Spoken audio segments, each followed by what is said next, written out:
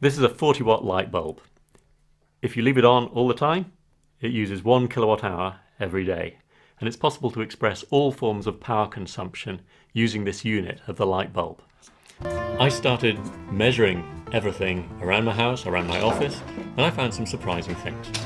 First, I plugged in a phone charger, and it didn't even register on this power meter.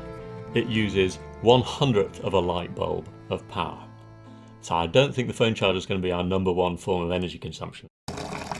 Just taking one hot bath every day uses the same energy, the same power as 5 light bulbs on all the time, non-stop.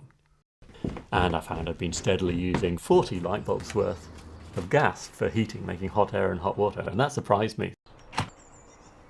Transport is one of the biggest forms of energy consumption. It uses about 1/3 of our energy.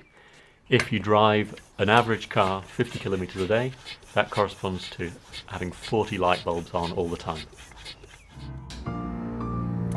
Today, the average British person is using 125 light bulbs of power.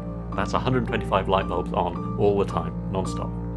Turning down the thermostat 1 degree will make a difference. It will reduce your energy consumption by 10% or so at home, but that's not enough to solve our energy problem.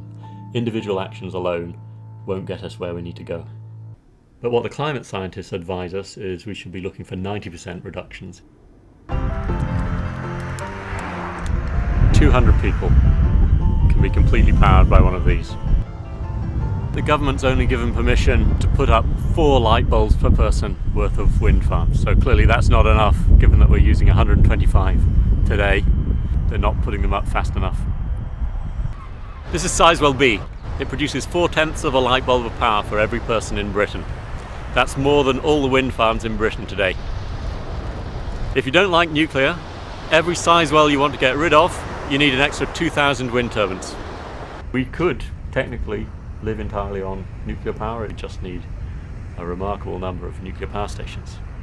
Britain's got impressive wave and tidal resources, but if you covered the entire coastline of Britain with wave machines, you would only get 4 light bulbs of power per person from wave power. At the moment we get 90% of our energy from fossil fuels, and we've become used to that.